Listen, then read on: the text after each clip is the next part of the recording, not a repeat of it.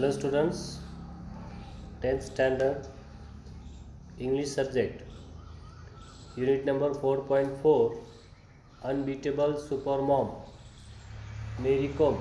See on page number 147 in your books. Unbeatable supermom Mary Kom हा पाठ आपण या ठिकाणी पाहतोय.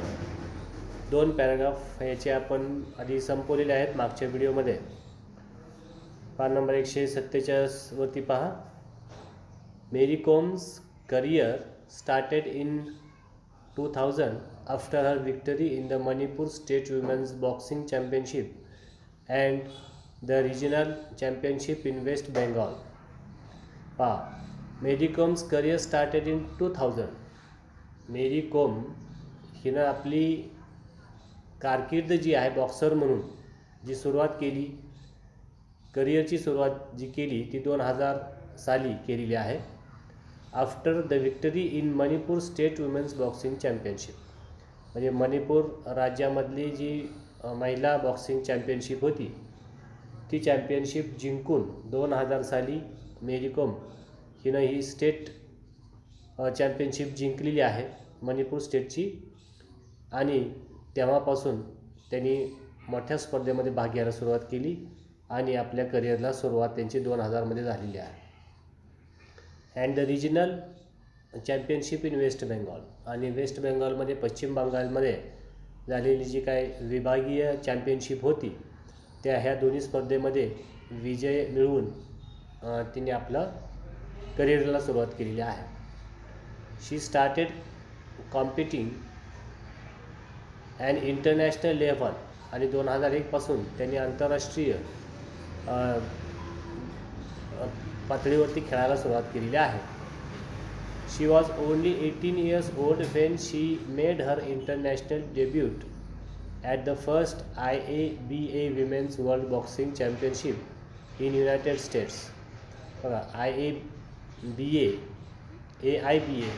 ही काय आहे तर या ठिकाणी दिले बघा, द ॲमेच्युअर इंटरनॅशनल बॉक्सिंग असोसिएशन. एक बॉक्सिंगचं एक असोसिएशन आहे की जे बॉक्सिंगच्या स्पर्धा आयोजित करतं आणि आंतरराष्ट्रीय दर्जाचे ह्या आयोजक आहेत. त्या स्पर्धेमध्ये 18 वर्षाचे असताना मेरी कोम हिनं सहभाग घेतलेला आहे. Winning a silver medal in the 48 kg weight category, आणि त्या स्पर्धेमध्ये 48 किलो वजन गटामध्ये तिनं पहिल्यांदाच सिल्व्हर म्हणजे 2 नंबरचा दुसरा नंबर जो आहे या स्पर्धेमध्ये तिनं मिळवलेला होता. Her greatness is reinforced by the way she apologised to the whole nation for not being able to win the gold. आणि सिल्वर मेडल मिळवून सुद्धा त्यांनी बाकीचे जे खेळाडू आहेत त्यांना मजबूत करण्यासाठी म्हणून सांगितलं की माफी त्यांनी लोकांची मागितली की मी भारतासाठी पहिला नंबर घेऊ शकले नाही, म्हणून त्यांनी त्या ठिकाणी माफी मागितलेली होती. आणि ह्या माफीनाम्यामुळं बाकीचे जे खेळाडू आहेत त्यांच्यामध्ये मजबूत ते झालेले होते मनापासून, आणि त्यांचे मजबूतीकरण करण्यासाठी म्हणून तिचं हे माफी मागणं खूप महत्त्वाचं ठरलेलं होतं.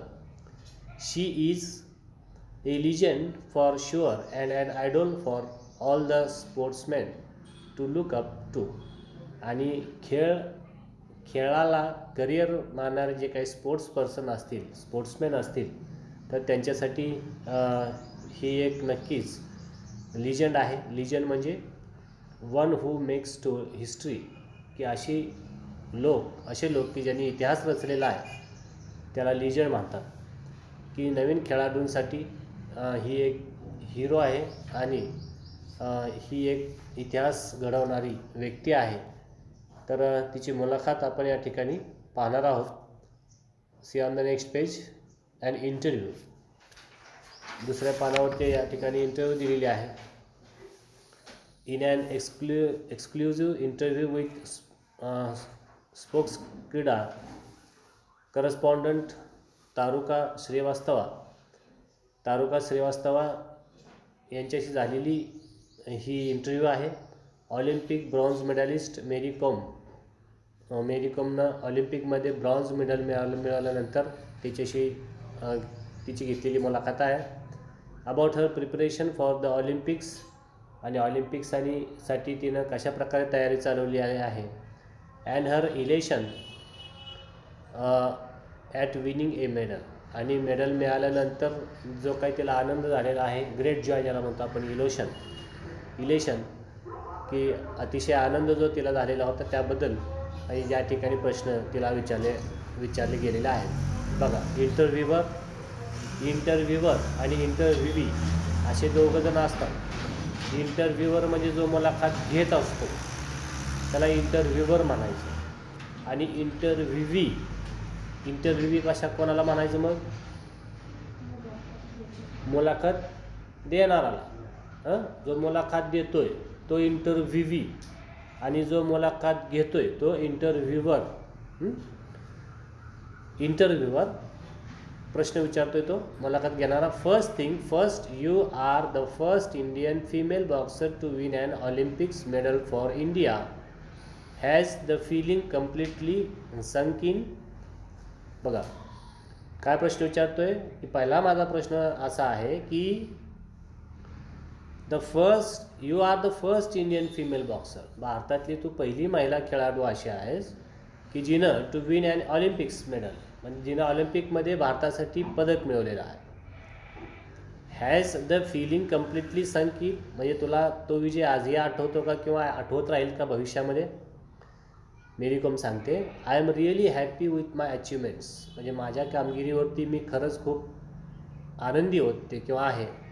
And yes it is yet to sink in, आणि आजही मला तो क्षण आठवतो आहे. I am just so exhilarated, आणि मी खरंच त्यावेळी खूप घाबरलेली पण आनंदात त्यावेळी होते, म्हणजे खूप आनंद झालेला होता. Interviewer, you are the only female representative from India in boxing, did that put additional pressure on you. दुसरा प्रश्न इंटरव्ह्यूवरचा आहे की you were the only female representative from India in boxing. बॉक्सिंगचा संघ जो आपला भारताचा गेलेला होता ऑलिम्पिकसाठी, त्या बॉक्सिंगच्या संघामध्ये एकमेव प्रतिनिधी होती मेरी कॉम. मग एकमेव महिला खेळाडू बॉक्सर असल्या कारणानं तुझ्यावरती काय प्रेशर आलता का, काय दबाव आलता का? ती सांगते, वेल आय डिड मिस हिम. मग सांगते ती, नो नॉट ॲट ऑल. ते म्हणते नाही, माझ्यावरती अशा प्रकारचा काही दबाव वगैरे नव्हता. I was pretty confident about myself, I new. ती सांगते की मला माझ्यावरती पूर्ण आत्मविश्वास होता, त्याच्यामुळे एकटी गेली काय किंवा आणखीन अजून 100 लोक माझ्याबरोबर आले काय, मला त्याशी काय घेणं नव्हतं, आणि मला त्याचं प्रेशर यायचं काय कारणच नव्हतं, कारण मी कॉन्फिडंट होते. उत्तर बघा.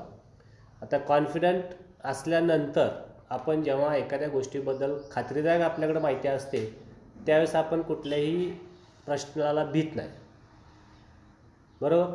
कशाचाही सामना करायची भीती आपल्यामध्ये केव्हा जाते? जेव्हा आपल्यावरती विश्वास असतो किंवा आपल्याला आत्मविश्वास असतो, त्यावेळी आपण कुठल्याही गोष्टीला घाबरत नाही.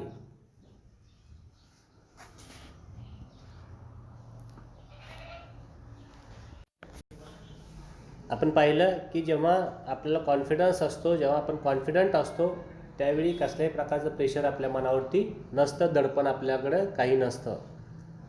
त्यामुळे बी कॉन्फिडंट, आपल्याकडं आत्मविश्वास पाहिजे कुठल्याही गोष्टीसाठी. Interviewer, your coach Charles Atkinson was not allowed to accompany you to the Olympics, how did that affect your preparations. आता मेरी कॉमला शिकवणारा जो तिचा कोच होता त्याचं नाव आहे चार्ल्स ॲटकिन्सन. आता हा जो कोच आहे, कोच म्हणजे कोण असतो? हा प्रशिक्षक. तो प्रशिक्षण देत असतो.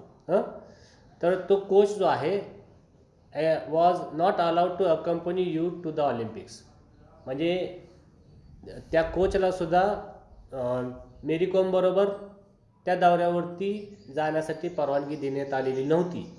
मग याचा काय परिणाम तुझ्या कामगिरीवरती झाला का? How did that affect your preparations. तुझ्या तयारीवरती तुझा कोच नसल्यामुळं, तुझ्या कोच तुझ्याबरोबर नसल्यामुळं तुझ्या कामगिरीवरती त्याचा काय परिणाम झाला का, असा प्रश्न विचारला असता मेरी कोमनं काय उत्तर दिलं बा, well I did miss him there but thankfully we had already done our homework and I was well prepared. ती म्हणते की हो आय डिड मिस हिम, म्हणजे मला खरंच म्हणजे कोच बरोबर नव्हता याची थोडीशी कमी जाणवली, हे की नाही. पण thankfully we had already done our homework, पण आम्ही आमचं वर्कशॉप जो आहे तो पूर्ण आधीच केलेला होता. जे काही तयारी करायची होती किंवा जे काही मला धडे त्यांनी द्यायचे होते ते सगळे आधीच धडे आम्ही घेतलेले होते. तशी प्रिपरेशन आमचं व्यवस्थित झालेलं होतं, त्यामुळं ते नाही आले तरी मला काय फरक पडत नव्हता. We had already done our homework and I was well prepared, आणि माझी तयारी पूर्ण झालेली होती, त्याच्यामुळं त्यांचं येणं किंवा नाही येणं याला काही जास्त मॅटर करत नव्हतं. Interviewer, during your preparations for the Olympics you sparred with the male boxers of the Indian contingent, who was your favourite sparring partner. बघा, दुसरा प्रश्न मेरी कोमला विचारण्यात आला की during your preparations for the ऑलिम्पिक्ससाठी जेव्हा तू तयारी करत होतीस त्यावेळी you sparred with the male boxers of the Indian contingent, आणि त्यावेळी तुला जे सोबत खेळणारे जे बॉक्सिंग करणारे जे प्लेयर्स होते ते भारतातले मेल पुरुष होते, म्हणजे पुरुष होते. पुरुषाबरोबर तिला प्रॅक्टिस करायला लागत होती किंवा फाईट करायला लागत होती. Who was your favourite sparring partner. मग हे जे तुझे वेगवेगळे जे म्हणजे कलिग्स होते, ज्याला आपण सहकारी म्हणू, सहकारी खेळाडू जे होते त्याच्यामध्ये तुझा आवडता सहकारी कोण आहे. मेरी कोम सांगते, लाव्स, हसून सांगते, well I trend hard in Pune. ते सांगितलं की माझं ट्रेनिंग पुण्यामध्ये खूप कठीण असं ट्रेनिंग मला घ्यावं लागलं. And the male boxers were kind enough to practise with me, आणि जे काही पुरुष बॉक्सर होते सगळे मुष्टियोद्धा ज्याला म्हणतो आपण मराठीमध्ये, हे सगळे प्रेमळ होते तसे, आणि माझ्याशी त्यांनी चांगली प्रॅक्टिस केली. With me whenever I required them to name a favourite would be unfair. आणि त्याच्यामधलं एखाद्याचं मी नाव घेणं की तो माझा फेवरेट आहे हे थोडंसं चुकीचं होईल, योग्य होणार नाही असं तिनं सांगितलं, आणि आपला फेवरेट म्हणजे सहकारी चं नाव घ्यायचं तिनं टाळलेलं.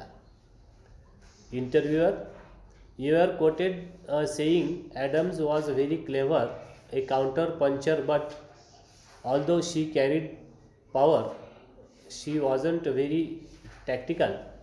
I was scoring but the जजेस were not pressing the buttons.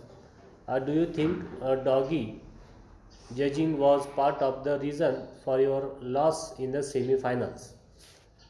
तर या व्हिडिओमध्ये आपण बघितलं की कशा प्रकारे विचारल्या गेलेल्या प्रश्नांची उत्तरं ही मेरी कोमने व्यवस्थितपणे दिलेली आहेत.